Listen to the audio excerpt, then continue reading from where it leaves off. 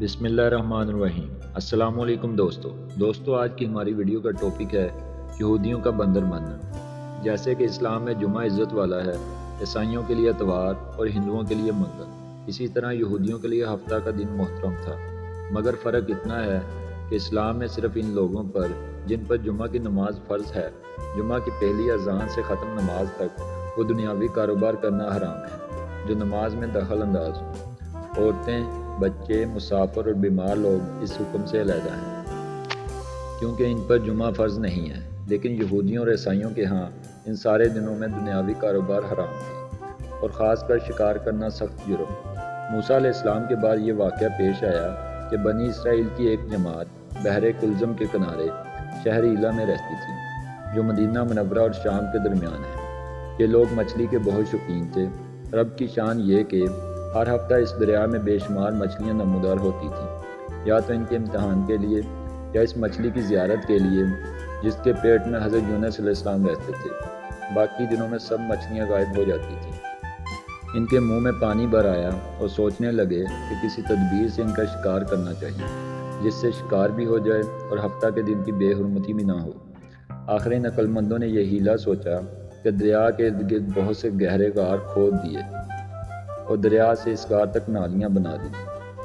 جمعہ کی شام کو ان نالیوں کا منہ کھول دیتے تھے کہ پانی کے ساتھ مچھلیاں ان گڑھوں میں آ جائیں، اور اتوار کے دن ان گڑھوں سے پکڑ لیتے تھے اور کہتے تھے کہ ہم ہفتہ کو شکار نہیں کرتے۔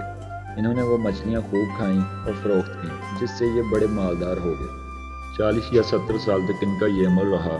یہ لوگ کل 70,000 تھے۔ ان کی 3 جماعتیں بن گئیں، ایک تو شکار کرنے والوں کی، دوسرے اس سے منع کرنے والوں کی اور تیسرے خاموش رہنے والوں۔ یہ لوگ کل 12,000 تھے، باقی سب شکاری۔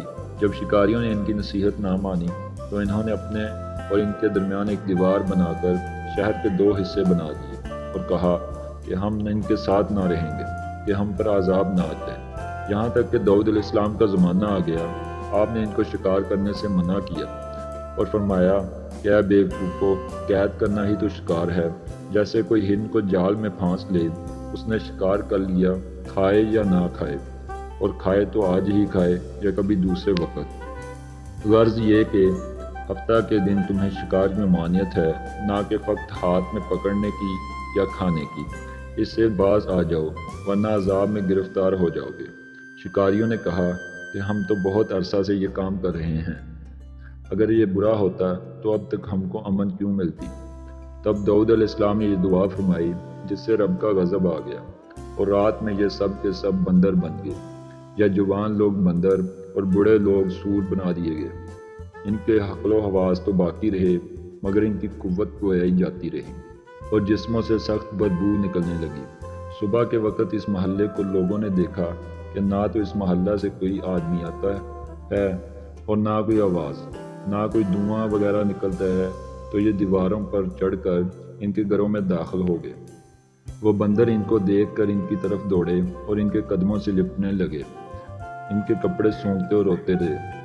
ان لوگوں نے کہا کیا ہم نے تمہیں شکار کرنے سے منع نہ کیا تھا؟ وہ بندر سر ہلاتے اور آنسو ان کو رخساروں پر بہتے تھے۔ اس حال پر ان کو 3 روز گزرے اور سب ہلاک کر دیے گئے، نہ کوئی باقی بچا اور نہ ان کی نسل چلی۔ لوگوں میں یہ مشہور ہے کہ موجودہ بندر ان ہی کی نسل میں سے ہیں، لیکن یہ غلط ہے۔